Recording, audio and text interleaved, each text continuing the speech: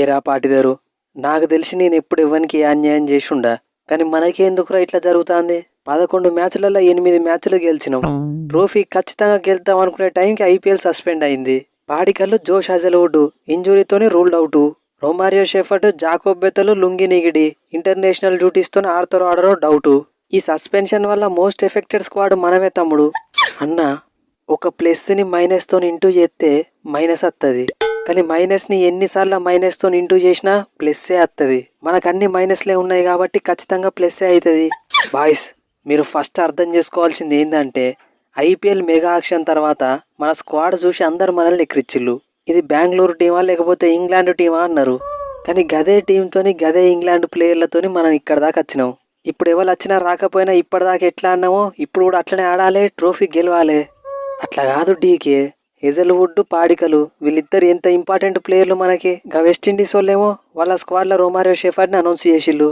అప్పుడెప్పుడో June 11కి world test championship final ఉన్నది. మన ఐపీఎల్ ఫైనల్ June 3వ ఉన్నది. అయినా కానీ లుంగి మామని వెనకకు రమ్మంటారు.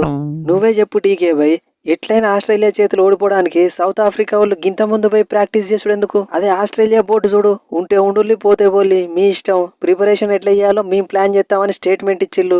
ఆస్ట్రేలియా క్రికెట్ బోర్డు స్టేట్మెంట్ ఇచ్చింది, కానీ ఆస్ట్రేలియా ప్లేయర్లు మాత్రం కొంతమంది భయపడి రావంటాళ్ళు. ఇంత పెరిగి పిత్తులోళ్ళు వీళ్ళేం స్పోర్ట్స్ ప్లేయర్లు. సరే డీకే బై, ఇప్పుడు పోయేటోళ్ళు పోవంగా మనకు మిగిలేదేవారు? ప్లేయర్స్ అవైలబుల్ లేకపోతే టెంపరీ రీప్లేస్మెంట్స్ తెచ్చుకోవచ్చు అని కూడా ఆర్డర్ వచ్చింది. మరేమన్నా పట్టుకొచ్చుకుందామా ఏంది కథ? ఏం లేదు కోహ్లీ, ఫిలిప్ సాల్ట్, లివింగ్స్టన్ ఎట్లయినా సీజన్ అయిపోయేంత వరకు అవైలబుల్గా ఉంటారు. ఇక ఆస్ట్రేలియా నుండి టిమ్ డేవిడ్ కూడా వస్తాడు. ఇక జాకోబ్ బెతల్ ఎట్లాగో ఇంగ్లాండ్ స్క్వాడ్లో సెలెక్ట్ అయ్యింది కాబట్టి పోతాడు. ఇక మిగిలింది Romario shepherd, lungi Ngidi. Shepherd కూడా వెస్టిండీస్, ఐర్లాండ్తో ఆడబోయే సిరీస్, ఇంగ్లాండ్తో ఆడబోయే సిరీస్కి సెలెక్ట్ అయ్యిండు కాబట్టి ఆ బోర్డుతో మాట్లాడాలి. ఇక సౌత్ ఆఫ్రికా బోర్డు కూడా పర్మిషన్ ఇచ్చిందంటే లుంగి కూడా మనతోనే ఉంటాడు. All set. 600 అయినా 100, 150 అయినా ఈ సీజన్ మొత్తం లుంగి, షెఫర్డ్ ఇద్దరు ఆడి తీరాల్సిందే. ఇక్కడ దాకా వచ్చినాక తగ్గేది లేదు. అది అందరు ఇంగ్లాండ్ ప్లేయర్లను తీసుకోక ముందు ఉండాలి కోహ్లీ అన్న. అందుకే ప్రతి దేశం నుండి ఒక్కొక్క ప్లేయర్ని తీసుకుంటే గిసొంటి ప్రాబ్లమ్స్ రావు. ఇప్పుడు చూడుల్లి, మీరు ప్లే ఆఫ్స్కి వచ్చినా కానీ మిమ్మల్ని వట్టిగానే బిసుకుతాం. గిల్తాముడు, నీకు ఇంకా మ్యాటర్ అర్థం కాలేదు అనుకుంటా. మా దగ్గరికి వెళ్ళి రొమారియో షెఫర్డ్ పోతే మీ దగ్గరికి వెళ్ళి షెర్ఫెన్ రూథర్ఫోర్డ్ పోవాల్సిందే. మా దగ్గరికి వెళ్ళి జాకోబ్ బేతల్ పోతే మీ దగ్గరికి వెళ్ళి జాస్ బట్లర్ పోవాల్సిందే. మా దగ్గరికి వెళ్ళి లుంగి మామ పోతే మీ దగ్గరికి వెళ్ళి రబాడా పోవాల్సిందే. పాయింట్స్ టేబుల్లో మన ఇద్దరం ఏ పొజిషన్లో ఉన్నామో ఇప్పుడు బిస్కెట్ అవుట్లో కూడా గదే పొజిషన్లో ఉన్నాం. అట్లేం లేదు, మేము షెర్ఫెన్ రూథర్ఫోర్డ్ లేకుండా కూడా మ్యాచ్లు గెలిచినాం, రబాడా లేకుంటే కూడా మ్యాచ్లు గెలిచినాం, కానీ బట్లర్ లేకుంటే గెలవలే కదా గిల్ బ్రో. మీరు ఎట్లాగో ప్లే ఆఫ్స్కి క్వాలిఫై అవుతారు. బట్లర్ ఏమో May 29 నుండి జరగబోయే వెస్టిండీస్తో సిరీస్కి స్క్వాడ్లో సెలెక్ట్ అయ్యిండు. బొక్క బొక్క బొక్క.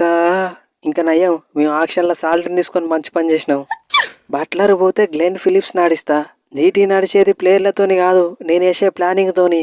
ఆల్రెడీ వచ్చే సీజన్ నేను అసలు ఫారెన్ ప్లేయర్లు ఎవరు లేకుంటే టీంని డిజైన్ చేస్తానా. కుదురుతా అది ఈ సీజనే ఇంప్లిమెంట్ చేస్తా. Let's meet in the ground. Mayank, మనం ఇప్పటి వరకు గెలిచిన మ్యాచ్లల్లా పాడికల్ పాత్ర ఎంతో ఉన్నది. ఇప్పుడు అనుకోకుండా గదే పాడికల్ రూల్డ్ అవుట్ అయ్యిండు, ఆయన ప్లేస్లో నువ్వు వచ్చినావు.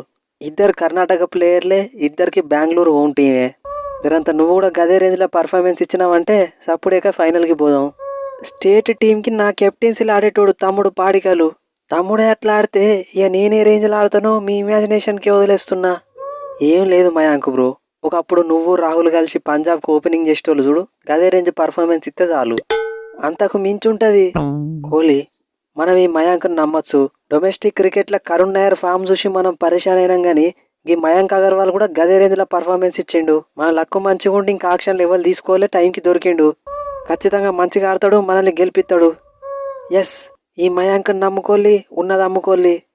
కోహ్లీ అన్న, బ్రేక్ తర్వాత ఫస్ట్ మ్యాచ్ మళ్ళీ మనతోనే స్టార్ట్ అవుతుంది. పోయి మళ్ళా కేకేఆర్తోనే పడ్డది. వాళ్ళు ఉన్న ప్లేయర్లు అందరు రిటైర్మెంట్కి దగ్గరకు వచ్చిన వాళ్ళే. వాళ్ళని రమ్మనేటోళ్ళు లేరు, పొమ్మనేటోళ్ళు లేరు. టీం మొత్తం అవైలబుల్గా ఉంటుంది. వాళ్ళు ఎప్పుడు ఎట్లా ఆడతారో వాళ్ళకే తెలియదు. రసల్ కూడా మెల్లమెల్లగా ఫామ్లోకి వస్తాడు. రసల్ ఎన్నో మ్యాచ్లలో మనం గెలిచేటప్పుడు వచ్చి పుల్లబెట్టిన ప్లేయరు. నువ్వు అన్నట్టు KKR is very dangerous team. మనం ఏమాత్రం లైట్ తీసుకున్నా వడ్డీనే పిసుకుతారు.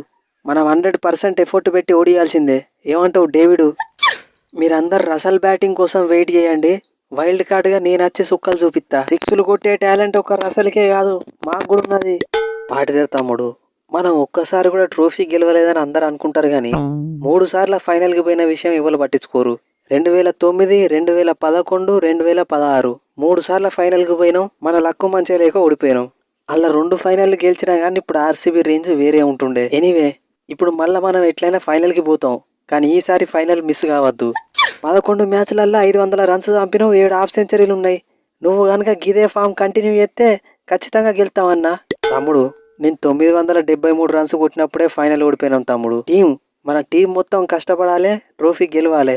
ఒక్కసారి ఊహించుకో, పాటిదారు ఫస్ట్ టైం కెప్టెన్సీ తీసుకొని ఆర్సీబీ ట్రోఫీ గెలిపించిండంటే నీ రేంజ్ ఎక్కడికి పోతుందో అంటే అన్నావు కానీ ఆ ఊహే సూపర్ ఉన్నదన్న. వాస్తవం చెప్పాలంటే ప్రీవియస్ సీజన్ ఐపీఎల్ లెక్క జరిగేది ఉంటే ఇప్పుడు మనకున్న పాయింట్లకి ఇంకొక మ్యాచ్ గెలిచేది ఉంటే ఖచ్చితంగా టాప్ 2లో ఫినిష్ అవుతుండే.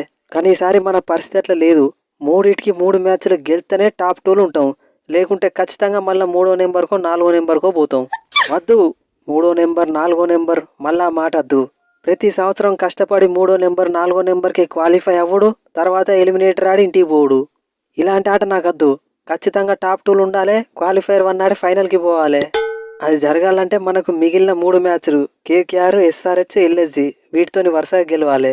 లేకపోతే పంజాబ్, గుజరాత్ టైటన్స్ మీదుండి మనం కిందుండే అవకాశం ఉంటుంది. అప్పుడు పోయి మళ్ళీ ముంబై ఇండియన్స్తో ఎలిమినేటర్ ఆడే ఛాన్స్ రావచ్చు, which is very very dangerous.